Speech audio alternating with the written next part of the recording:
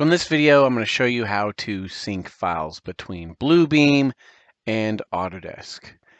So what I love about Bluebeam and Bluebeam Studio projects, I love how easy it is to, one, open my files, but two, mark them up.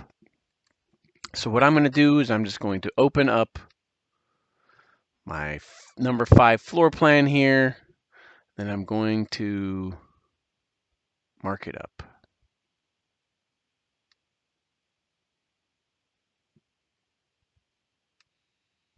All right, I'm just going to bubble this,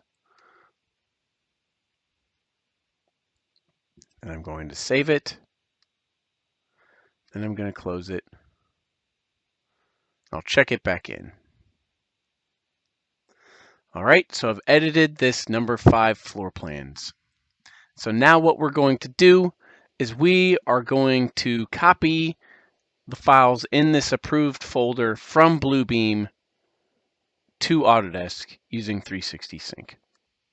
I've got 360 Sync open. I'm going to double check that my Bluebeam connection is good to go. There we go. And now I'm going to add a new project, and we'll call this Bluebeam Demo.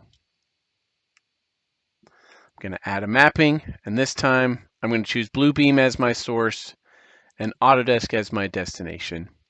I'll pick my Bluebeam Studio project. Notice I only have one. That's because I have a demo environment. You would likely have dozens of these. So if you were added to more than one project, you would see more than one project here.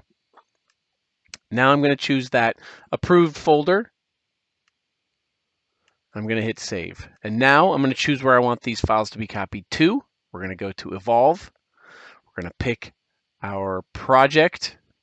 And then we are going to pick where we want these files to go. Now, I could drop them directly into the Sheets tool, or I could drop them directly into the Documents tool. I'm going to choose to drop them into the Documents tool. We'll name that folder that we want to copy them into, and then we'll hit save. So we'll call this Bluebeam to Autodesk. I'll hit save.